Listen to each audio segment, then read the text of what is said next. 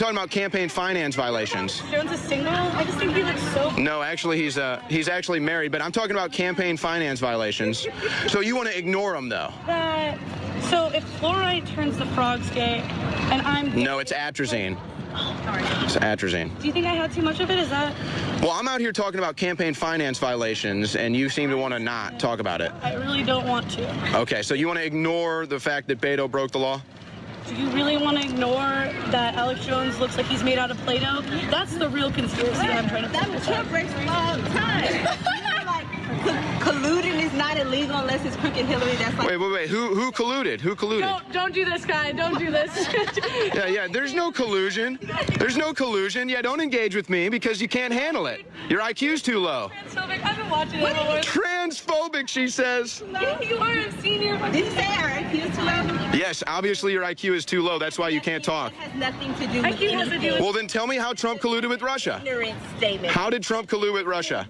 Prove to us you're not low IQ right now. No, put that on TV. Yeah, you sure? I'm pretty sure you're attacking a black person. You want to be the next... Oh, I'm attacking a black person, am I? Okay. Huh? No. Okay, cool. Go call security on me. I love having intellectual debates with liberals. All they do is they cry victim. Oh, you're not? No. Oh, okay. What do you... Oh, okay. A communist. Even better. You have no opinion. What opinion do you have? You don't have an opinion. Tell me how Trump colluded with Russia. I have an opinion. Why? I have a lot. Yeah. See, exactly. Don't talk to me. See, you may actually have a high IQ, but they're trying to stop you. Here's your white cult leaders right here. Here's your white cult leaders controlling the black person. Look at this. This is what white liberals do to black people. They tell them when they can't talk. Take it there. Don't even take it. So speak for yourself. How dare you? Like, how dare you? How dare you? You're crazy. You know what? No. You know what? That is just ridiculous. I'm not going to even be a part of it. Okay, so you still shared no political opinions, no intellectual conversation. Now, let me explain what the problem is. Imagine if I came on RT and my colleague here in entertainment comes on and you say, do not talk about this subject, do not mention the word Putin, Kremlin, United States, Trump. We would say, whoa, wait a minute, hold it. We wouldn't say, well, those are the rules. It's like yelling fire in a crowded theater or coffee in a coffee shop. We would say, wait a minute, you're limiting what I'm saying. But when you're a comedian and by virtue of what you're doing, this subject matter must be piquant, it must abrade, it must, in the spirit of Lenny Bruce and Mort Sahl and Dick Gregory. My God, and the people who are the most compliant, the people who are going to end up destroying their own industry are the comedians who sit back and say, well, I think it's only fair that I don't want to say anything that could in any way hurt anybody's feelings. Oh my God, you keep this up and you're going to be out of a career. I've done stand-up comedy for 25 years. And what makes it fun and exciting and piquant is when you make people upset. You know what their view is, or their retort? Walk out, leave, ask for your money back. What's the matter with us? We used to be tough. We're becoming a bunch of little snowflake, trigger warning, and hurt, and it's, listen to what we're talking about. A comedian. And by the way, if there was no rules there, what the heck was he being asked to sign? Listen to what's happening. This isn't the government ruining us. We are losing our sense of humor. We are losing our guts and our spine. We're losing who we are. We're losing our personality. So keep it up, comics. Keep it up. You'll be out of a job in 6 months. Kate, are you losing your personality as a comedian by signing these agreements? No, not at all. In fact, there was absolutely a point where I'd go, oh, I won't play that club because I don't want to be a part of it. In fact, I find the opposite problem is that so often I'm expected to play clubs, you know, where there are other acts on the bill that are doing, you know, horrific material about sexual violence and things like that. And it creates an atmosphere that I'm not having a great time, I'm not able to relax properly, and nor is the audience. And if I'm not relaxed, then the audience will feel that, and if the audience isn't relaxed, then I'll feel that. And it's not that these people should be banned from saying these words. It's that when you curate an event, you can make your own decision about what is and isn't okay. And there are absolutely things, I'm sure, that you wouldn't allow me to say on air. I know there are. And, you know, and Lionel the same. And so by coming on air, of course, we've agreed not to say those things. I'm not really sure what Lionel's point was.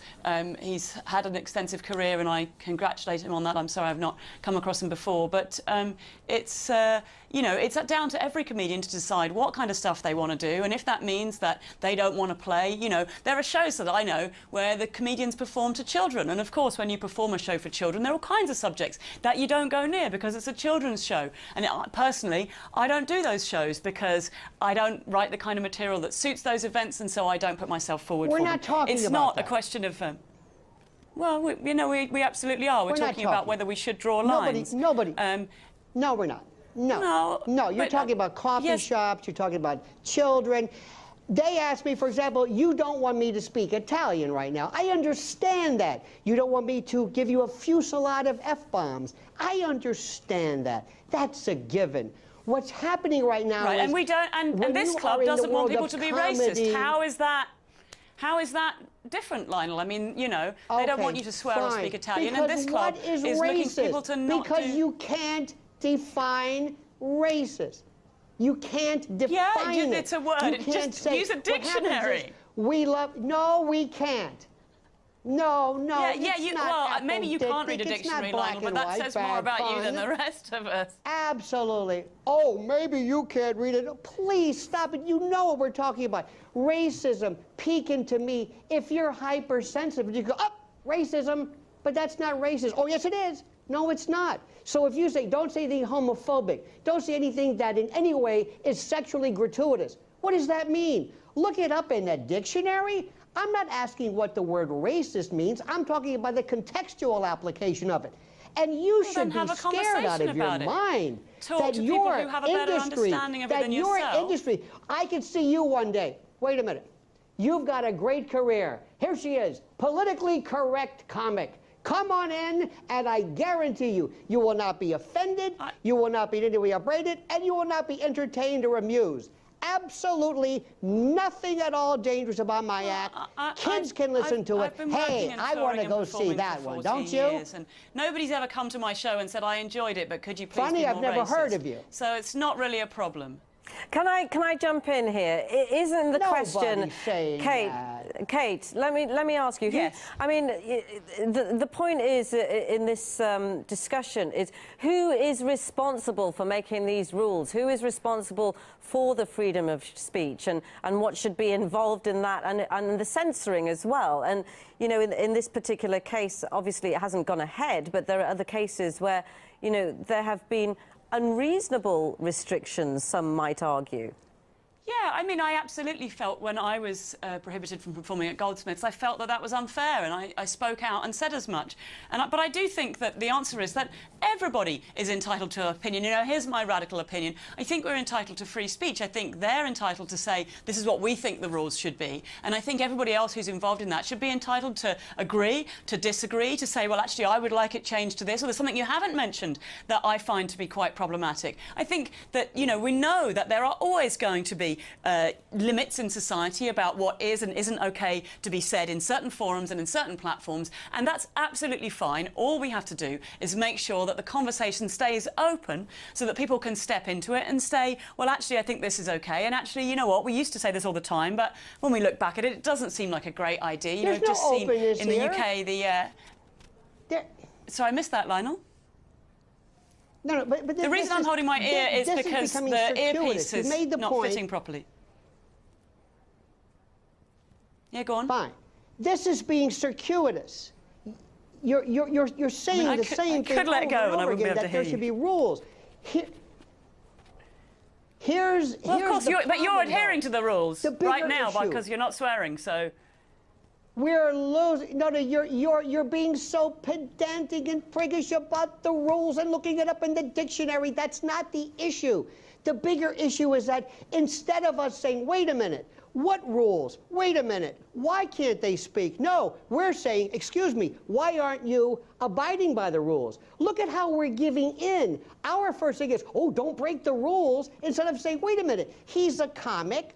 Is this over 18? What kind of a club is this? I'm sorry, but life's tough. You can walk out on the street and hear things that are 100 times worse than media. Michelle, what do you people want? What do I want? Michelle. When you say you people, what do you mean? The complaining black people blaming others for the failure of their parents and their lives. What complaint blaming have we made? others for whatever it is you complain about. What is it exactly do you want from white people?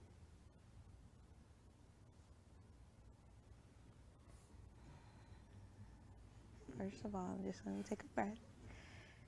And I'm trying to find out what you want. what's your nationality? American. Are you white? I'm Black American. Oh, okay. What do you want? You Caucasian. Oh, you do? And why? Why do you think that? Why do you think that? Because you seem to separate yourself from us, should I say? In Put what us on way? the other In side what of the way? fence. In the ways that you've specified thus far. Meaning what? Tell me. Give me an example and tell me what you mean. How you mean? How do? What do you people want from white people? Meaning that I'm not with you. Oh, okay. I It's got just y'all by yourself, right? Let me explain why I do that. What you don't know is that there are two realities in life. One is that of good and one is that of evil. And now that I've been able to overcome evil, I don't identify with angry, evil Black people. I identify with other Blacks and others who are on the side of good. And so that's why I say you people, because I have to divide myself or separate myself from evil and go along with good. So that's why I do that. What is it that makes us evil? I'm sorry, your anger, your blaming others for your problems, your lack of love and respect for yourself and others. Stopped and frisked are Black and Hispanic. That's because the vast majority of people in New York City who actually commit gun crimes are Black and Hispanic. I'm sorry, I can't do anything about that. Statistical regressions we have to run. That's not true. Look, and Yes, that was 96% of all gun assailants in January to June 2008. 95% of all gun assailants in the city of New York are Black or Hispanic. guys, again, how many regressions do we have to run? Black and Latino folks are overrepresented in being pulled over, in being tried, in being sentenced, in being incarcerated again and again and again and again and again. What's those numbers? You don't believe it? No. Because, you know why? The reason I don't believe that is because let's take speeding and let's agree on facts. That's how we have democracy when we can't. Right, because you don't care about them and I do. So it is not anybody's fault that 50% of the murders in this country are committed by young Black men. It's not the fault of the people who are putting them in prison that those people happen to be Black. It's not the fault of the New Jersey Turnpike Police that they're pulling over 23% Black men when they did a statistical analysis and found that 25% of the people speeding were Black. Okay, again, since 1994, in the 75 largest cities in America, when they analyzed whether there's overrepresentation in crimes that were reported, not just crimes that were charged, crimes that were reported versus the prison population, they found that Blacks and Hispanics were statistically underrepresented. The biggest problem for Blacks and Hispanics living in the inner city is that there aren't enough police officers there to actually take care of them and police the crime and make their city safe for investment in education. You look at the at least statistics and you say, oh look, there's a study. Hey, there's a massive overrepresentation. Let's just look at drug crimes, which are the largest proportion. So you don't want to talk about gun crimes, drug crimes. The predominant reason why people are incarcerated in this country is mostly because of nonviolent drug offenses. And study after study, Black and Latino folks far overrepresented in terms of arrests, in terms of charging, in terms of sentences, get harsher sentences when they're sentenced. That's not true. That when it comes to college admissions, for example, there are more women than men going to college. That's correct. When it comes to graduate schools, there are more women than men going to graduate schools. Okay, when it comes to jail, which you just cited, the vast, well over 90% of the people in jail are men. Is that because the system is sexist against men?